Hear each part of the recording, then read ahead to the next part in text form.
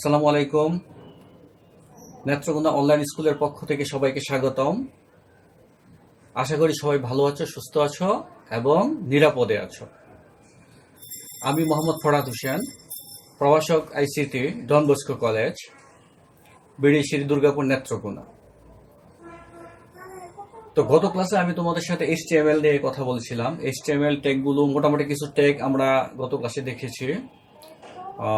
তার ধারাবাহিকতায় এর পরের টপিকসটা নিয়ে আমি আজকে তোমাদের সাথে কথা বলবো। আমি আজকে প্রথমে তোমাদের সাথে HTML এর সাধারণ গঠন নিয়ে কথা বলবো। তারপর এই সাধারণ গঠনের যে সেকশনগুলো ভাগ করা হয়েছে, এই সেকশনগুলো নিয়ে আমি তোমাদের সাথে কথা বলবো। ঠিক আছে? তো ঠিক আছে, আমরা মূল লেকচারে চলে যাই। তো প্রথমে HTML এর সাধারণ গঠনটা নিয়ে আমরা কথা বলবো। ঠিক আছে? তো HTML এর সাধারণ গঠনটা কি? সাধারণ গঠনটা হচ্ছে এরকম।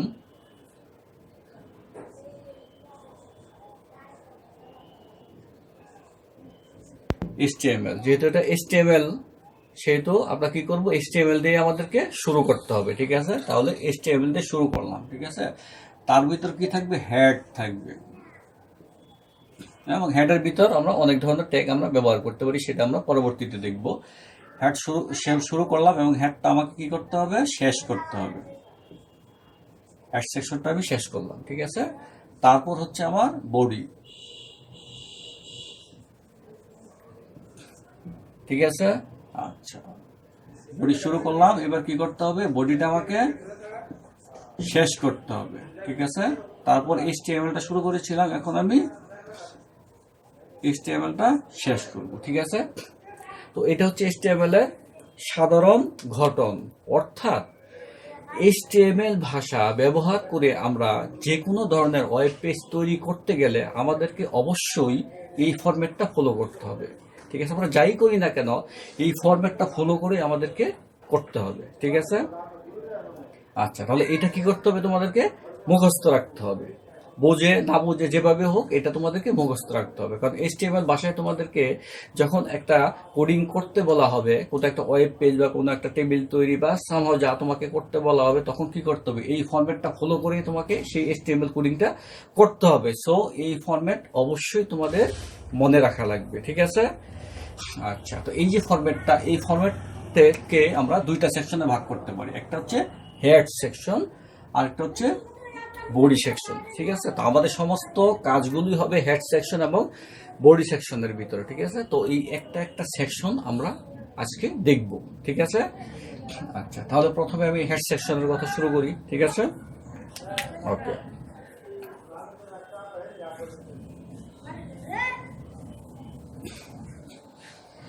Head section. এই হেড সেকশনের ভিতরে আমরা কি করতে পারি? বিভিন্ন ধরনের ট্যাগ ব্যবহার করে আমরা বিভিন্ন কাজ করতে পারি। ঠিক আছে? যেমন ধরো, আমরা টাইটেল ব্যবহার করতে পারি, এই ট্যাগটা ব্যবহার করতে পারি। ঠিক আছে? এই ট্যাগের ভিতর ধরো আমি লিখলাম এরকম,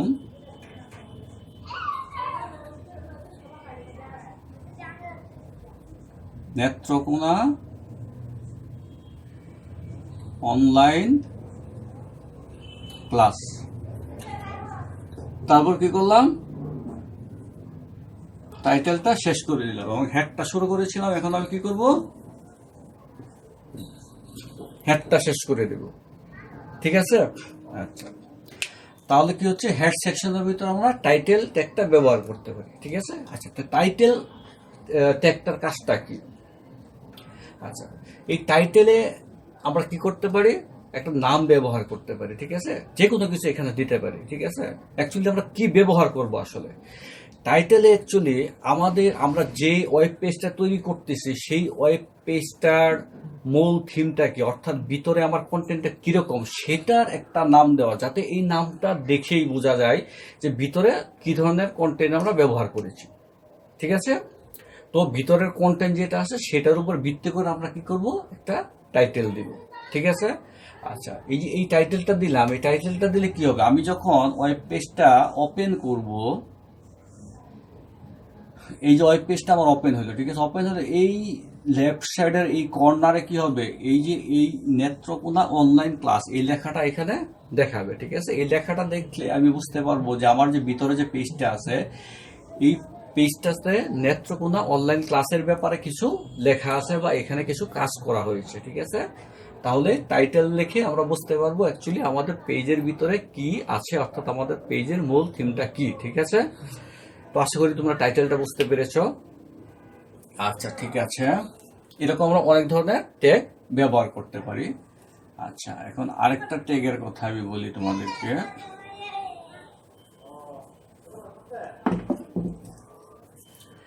আচ্ছা, আমি এখন তোমাদেরকে মেটা ট্যাগের কথা বলবো।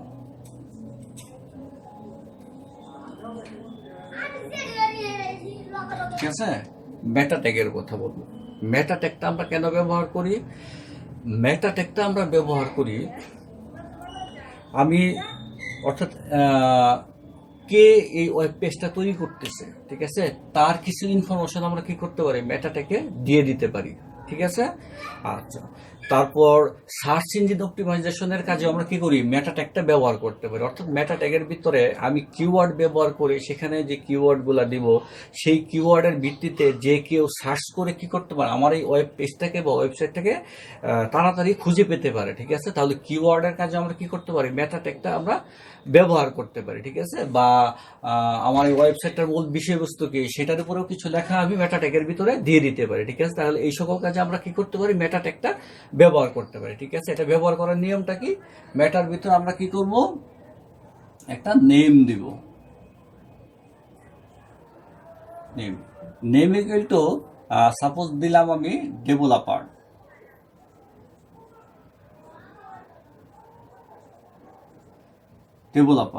ঠিক আছে। অর্থাৎ আমার যে ওয়েব পেজটা আছে, ওয়েব পেজটা কে ডেভেলপ করছে, ঠিক আছে, তার নামটা আমি অ্যাকচুয়ালি এখানে ব্যবহার করব। সেই জন্য নেম হিসেবে আমি দিলাম কি ডেভেলপার, আর কন্টেন্টটা কি থাকবে, আমার কন্টেন্টটা থাকবে যে ডেভেলপ করছে তার নামটা, ঠিক আছে। তাহলে তার নামটা কি, সাপোজ তার নামটা আমি দিলাম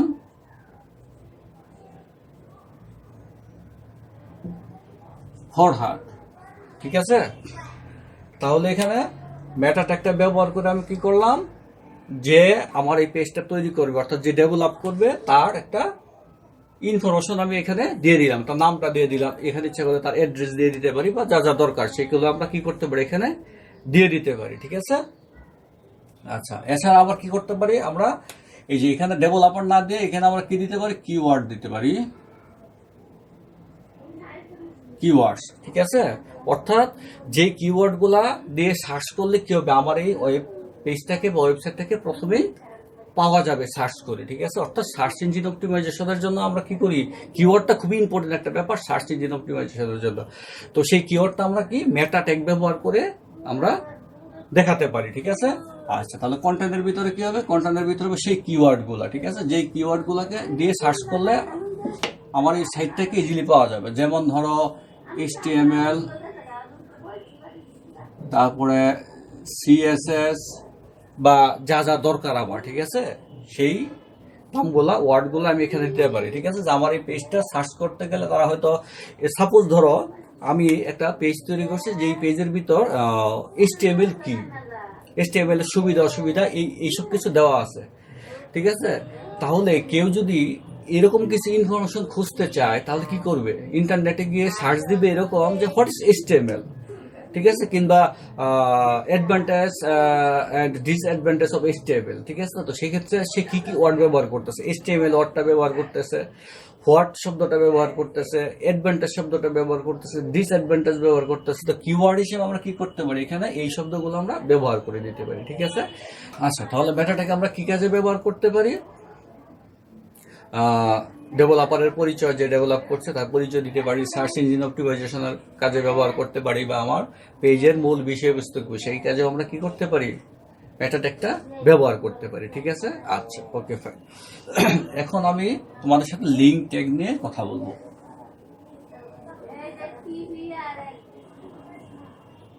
ঠিক আছে, আচ্ছা, লিঙ্ক ট্যাগ, এটার জন্য কি করতে হবে, প্রথমে আমাকে লিঙ্ক লিখতে হবে, ঠিক আছে। আচ্ছা, লিঙ্ক লিখে তারপর দিতে হবে রেল ইকুয়াল টু কি দিতে পারি, style sheet, SHEET, style sheet, ঠিক আছে। রিলেশন রেল মানে হচ্ছে রিলেশন, রিলেশন টাইপ, তো কি টাইপের রিলেশন, ঠিক আছে। তো এটা হচ্ছে আমার স্টাইল শিট, স্টাইল শিটের আমি একটা রিলেশন তৈরি করব, ঠিক আছে। আচ্ছা, এটা টাইপটা কিরকম, টাইপটা হচ্ছে আমার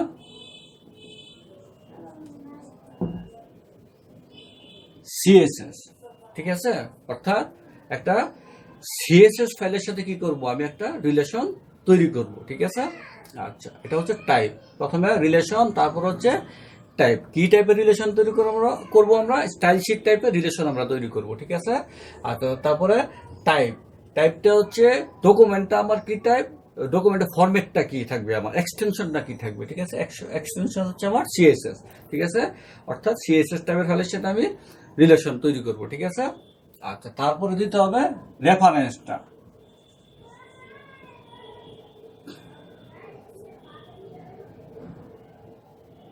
রেফারেন্স বলতে এখানে যেই ফাইলের সাথে আমি একটা রেফারেন্সটা তৈরি করব, ঠিক আছে, সেই ফাইলের নামটা এখানে আমাকে দিতে হবে, ঠিক আছে।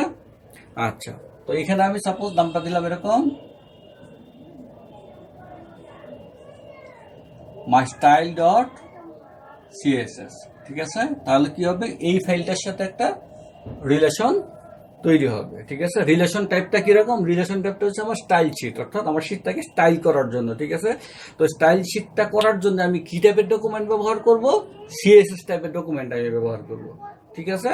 আচ্ছা, এবার যে এই সিএসএস এর সাথে আমি রিলেশনটা তৈরি করব, এখানে কি করব, সেই সিএসএস এর অ্যাড্রেসটা আমি দিয়ে দিব, ঠিক আছে। তো এইভাবে আমরা কি করতে পারি, একটা লিঙ্ক ট্যাগ নিয়ে কাজ করতে পারি, ঠিক আছে। অর্থাৎ এই সিএসএস ফাইলটা হচ্ছে আমার একটা এক্সটার্নাল ফাইল, আবার সেই এক্সটার্নাল ফাইলের সাথে আমি কি করলাম, আমার ওয়েব পেজের একটা রিলেশন তৈরি করলাম, ঠিক আছে। এবং সেই রিলেশনটা তৈরি করার জন্য আমরা কি করেছি, এখানে লিঙ্ক ট্যাগটা ব্যবহার করেছি, ঠিক আছে। আশা করি তোমরা বুঝতে পেরেছ। আচ্ছা,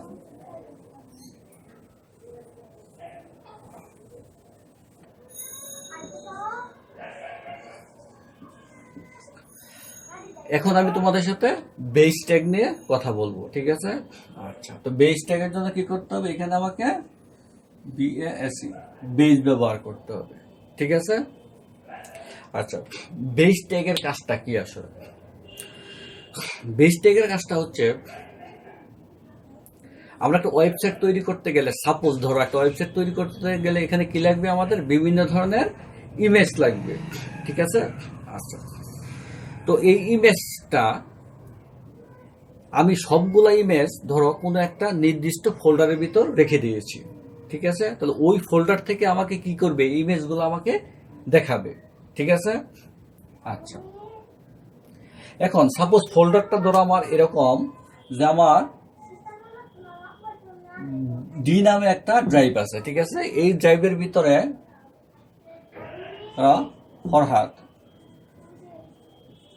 ফরহাদ নামে একটা ফোল্ডার আছে, ঠিক আছে। সেই ফোল্ডারের ভিতর ইমেজ নামে একটা ফোল্ডার আছে, ঠিক আছে। ডি ড্রাইভের ভিতর, ফরহাদ ফোল্ডারের ভিতর, ইমেজ ফোল্ডারের ভিতর অনেকগুলা ইমেজ আছে, এখানে অনেকগুলো ইমেজ আছে, ঠিক আছে। ধরো অনেকগুলা 10, 20, 50 এরকম অনেকগুলো ইমেজ আছে, ঠিক আছে। তাহলে এখন দেখো এই যে ইমেজগুলো আছে, এর ডিফল্ট ঠিকানা হচ্ছে আমার এটা, অর্থাৎ সবগুলো ইমেজই আমার এই একটা নির্দিষ্ট ঠিকানার ভিতরে আমার আছে, ঠিক আছে। তাহলে আমি যখন ইমেজের লিঙ্কটা দিতে যাব, তাহলে আমাকে নর্মালি কি করতে হয়, বারবার সেই ইমেজের অ্যাড্রেসটা আমাকে দিয়ে দিতে হবে, ঠিক আছে। অর্থাৎ d:/ফরহাদ/ইমেজ/ এই কথাটা আমাকে কি করতে হবে, প্রত্যেকটা ইমেজ আনার জন্য বারবার ব্যবহার করতে হবে, ঠিক আছে। যেহেতু একই কথা, ঠিক আছে, সেই জন্য কি করব, আমরা বারবার ব্যবহার না করে এটা আমরা ডিফল্ট একটা জায়গায় দিয়ে দিব। অর্থাৎ এই ফোল্ডারের ভিতরে যতগুলা ইমেজ আছে, আমি জাস্ট ইমেজের নামগুলা দিব, ঠিক আছে। ইমেজের নামগুলা দিয়ে এটা যদি আমি বেস ট্যাগের ভিতর এই অ্যাড্রেসটা ব্যবহার করে দেই, তাহলে সে বুঝে নেবে যে আমার সমস্ত ইমেজগুলাই এই ঠিকানার ভিতরে আছে, ঠিক আছে। তাহলে আমাকে এই ঠিকানাটা বারবার দিতে হবে না, আমি জাস্ট ইমেজের নামটা দিয়ে দিব এবং এই ফোল্ডারের ভিতরে গিয়ে সে কি করবে, ইমেজটা নিয়ে আমাকে শো করে দেখাবে, ঠিক আছে। আচ্ছা, তাহলে সেক্ষেত্রে আমাকে কি করতে হবে, প্রথমে এখানে আমি কি করলাম, বেস ব্যবহার করলাম, ঠিক আছে। আচ্ছা, বেস ব্যবহার করে তারপর কি দিব, এখানে href ঠিক আছে। এই স্টেপ দিয়ে এখানে কি করব, আমি জাস্ট এই অ্যাড্রেসটা দিয়ে দিব, ডি ফরহাদ, তারপর হচ্ছে ইমেজ। ঠিক আছে, এতটুকু আমি দিয়ে দিলাম। ঠিক আছে, এখন আমি বডির ভিতরে গিয়ে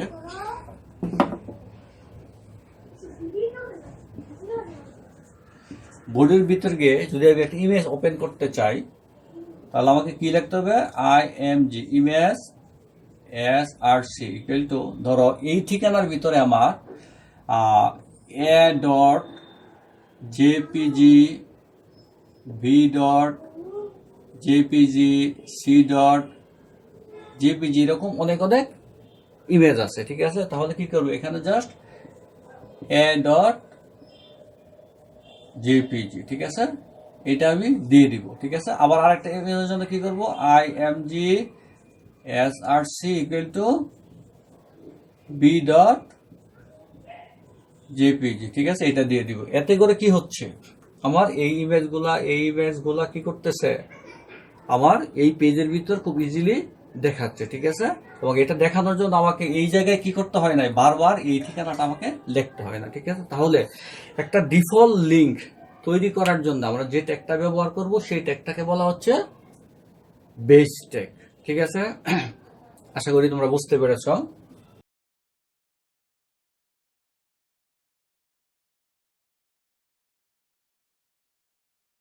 আচ্ছা, আমি এখন তোমাদের সাথে স্টাইল ট্যাগ নিয়ে কথা বলবো। ঠিক আছে, তো স্টাইল ট্যাগ নেওয়ার জন্য আমাদের কি করতে হবে, প্রথমে STYLE স্টাইল ট্যাগটা আমি শুরু করলাম। ঠিক আছে, শুরু করার পর আমি এখানে দেব টাইপ। কি টাইপের স্টাইলটা হবে, আমার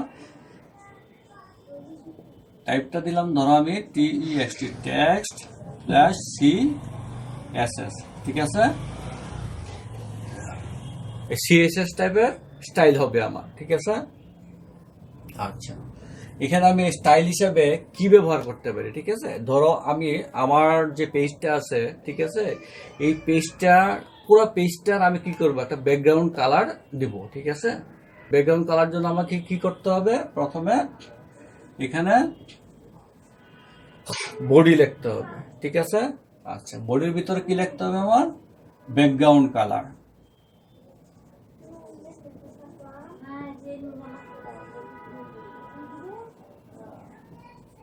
ব্যাকগ্রাউন্ড কালারটা আমি দিয়ে দেবো এখানে, সাপোজ ধরো আমি গ্রিন দিলাম।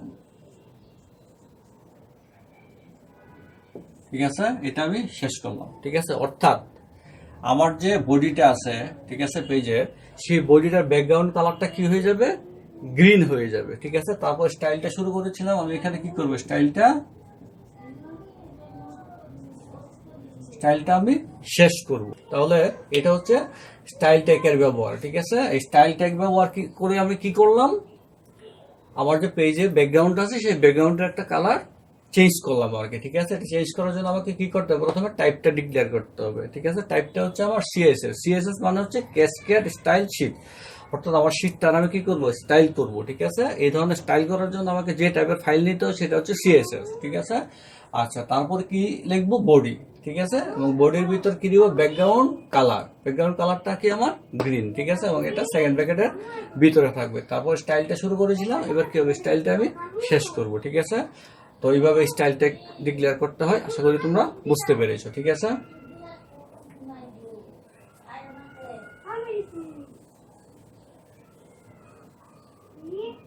আচ্ছা, এখন আমি তোমাদের সাথে স্ক্রিপ্ট ট্যাগটা নিয়ে কথা বলবো। ঠিক আছে, স্ক্রিপ্ট ট্যাগটা আমরা কেন ব্যবহার করি, কোন একটা ফর্ম তৈরি করার পর HTML এ সেই ফর্মটার ভ্যালিডেশন দেওয়ার জন্য আমরা কি করতে পারি, স্ক্রিপ্ট ট্যাগটা ব্যবহার করতে পারি। স্ক্রিপ্ট ট্যাগটার মাধ্যমে আমরা কি করতে পারি, সাপোজ ধরো আমরা জাভা স্ক্রিপ্ট ব্যবহার করবো ফর্ম ভ্যালিডেশনের জন্য, তো সেই জাভা স্ক্রিপ্টের তৈরি করা একটা ফাইল আমরা কি করতে পারি, এখানে এই ফর্মের আমাদের যে তৈরিকৃত ফর্মটা আছে সেটার ভ্যালিডেশনের জন্য ব্যবহার করতে পারি আমি। ঠিক আছে, সাপোজ ধরো এটার জন্য আমাকে কি করতে হবে, SCRIPT স্ক্রিপ্ট লিখলাম। ঠিক আছে, স্ক্রিপ্ট লিখে তারপরে SRC ইকুয়াল টু আমার যে জাভা স্ক্রিপ্টে লেখা যে ফাইলটা, ঠিক আছে, সেই ফাইলটা আমি লোকেশনটা দিয়ে দিলাম এখানে, JAVASCRIPT javascript.js, ঠিক আছে।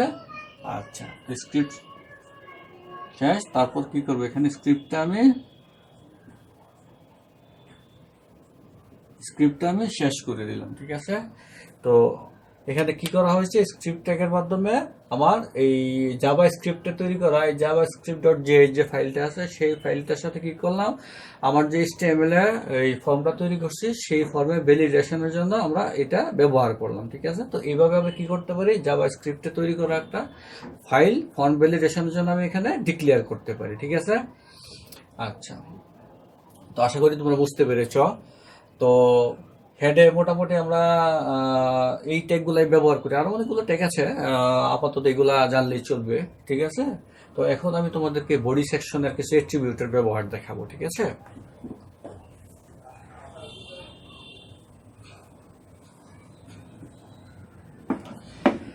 আচ্ছা, তো বডি সেকশনে আমরা কি করতে পারি, বিভিন্ন ধরনের অ্যাট্রিবিউট আমরা ব্যবহার করতে পারি, ঠিক আছে। সেই অ্যাট্রিবিউটের ব্যবহারটা দেখাবো আমি এখন। সাপোজ ধরো BODY বডি, ঠিক আছে। এটার ভিতরে আমি কি করতে পারি, এটার ভিতরে আমি যদি চাই যে আমার যে বডিটা আছে সেই বডির যে কালারটা আছে সেই কালারটা চেঞ্জ হয়ে যায়, ঠিক আছে। আচ্ছা, তাহলে কি করবো, এখানে আমি BG কালার COLOR, ঠিক আছে। BG কালার ইকুয়াল টু দিলাম, সাপোজ ধরো আমি গ্রিন GREEN, ঠিক আছে। তাহলে কি হবে, আমার যে বডিটা আছে সেই বডির কালারটা কি হবে, চেঞ্জ হয়ে গ্রিন হয়ে যাবে, ঠিক আছে। তাহলে কোনো একটা পেজের বডির কালার চেঞ্জ করার জন্য আমরা কি করবো, বডির ভিতর বিজি কালার ইকুয়াল টু আমার পছন্দনীয় একটা কালারের আমি নাম দিয়ে দিব, ঠিক আছে। আচ্ছা, আমরা কি করতে পারি, এই যে আমরা কালার ব্যবহার করেছি সেই কালারের পরিবর্তে আমরা কি করতে পারি, একটা ব্যাকগ্রাউন্ড হিসেবে একটা ছবিও ব্যবহার করতে পারি, ঠিক আছে। সেক্ষেত্রে কি করতে হবে, সেই ক্ষেত্রে আমাকে এখানে BACKGROUND ব্যাকগ্রাউন্ড, ঠিক আছে। ব্যাকগ্রাউন্ড হিসেবে আমি ধরো দিয়ে দিলাম FLOWER flower.jpg, ঠিক আছে। তাহলে কি হবে, আমার বডির যে ব্যাকগ্রাউন্ড আছে সেই ব্যাকগ্রাউন্ড এখন আর কোনো কালার দেখাবে না, ঠিক আছে। ব্যাকগ্রাউন্ডে কালারের পরিবর্তে এখন আমাকে কি দেখাবে, flower.jpg ইমেজটা, ঠিক আছে। আমি পেজটা ওপেন করলে দেখা যায় আমার পেজের ব্যাকগ্রাউন্ডে এই ইমেজটা বড় করে ওপেন হয়ে আছে, ঠিক আছে। তো এখানে আমি আমার পছন্দনীয় যে কোনো ইমেজে আমি ব্যবহার করতে পারি, ঠিক আছে। আচ্ছা, ঠিক আছে। আর কি করতে পারি আমরা,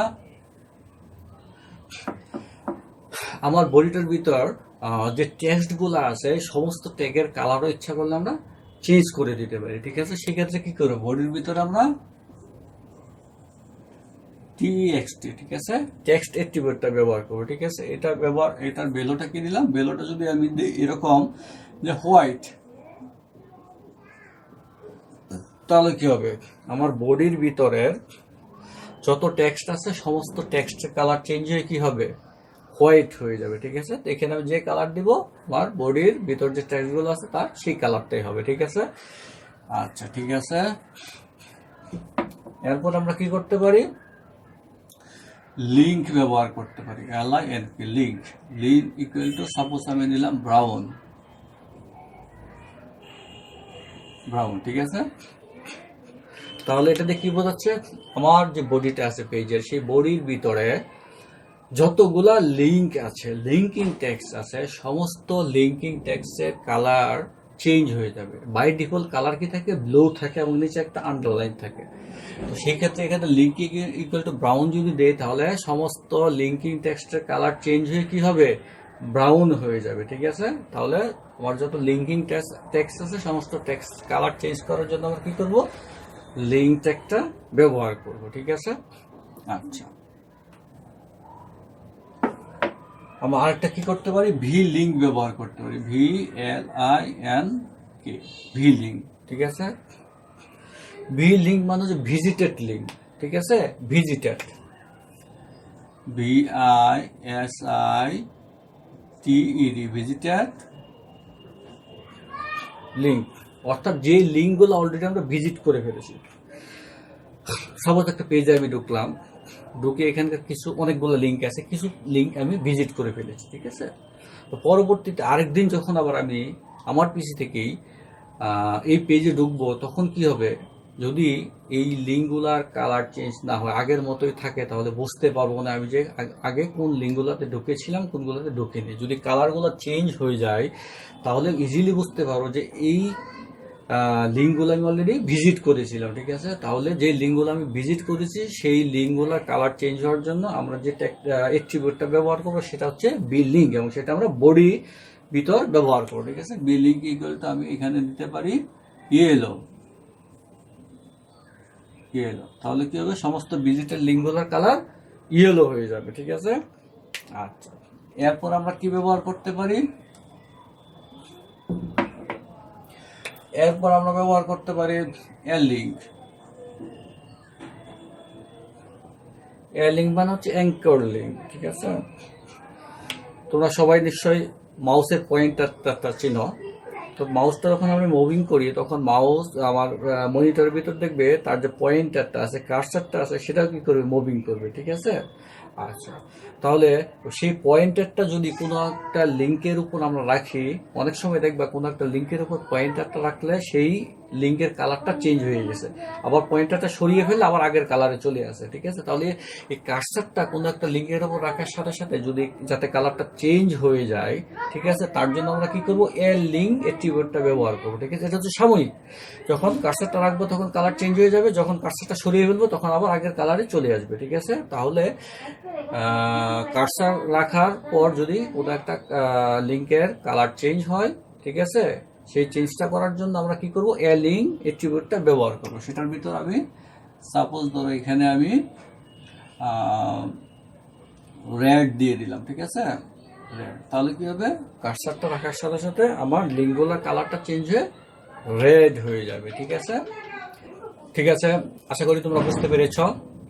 তো আজকে এই পর্যন্তই। আমার এই লেকচার নিয়ে যদি তোমাদের কোনো কিছু জানার থাকে, তাহলে অবশ্যই আমাকে কমেন্ট করে জানাবে, আমি উত্তর দেওয়ার চেষ্টা করব।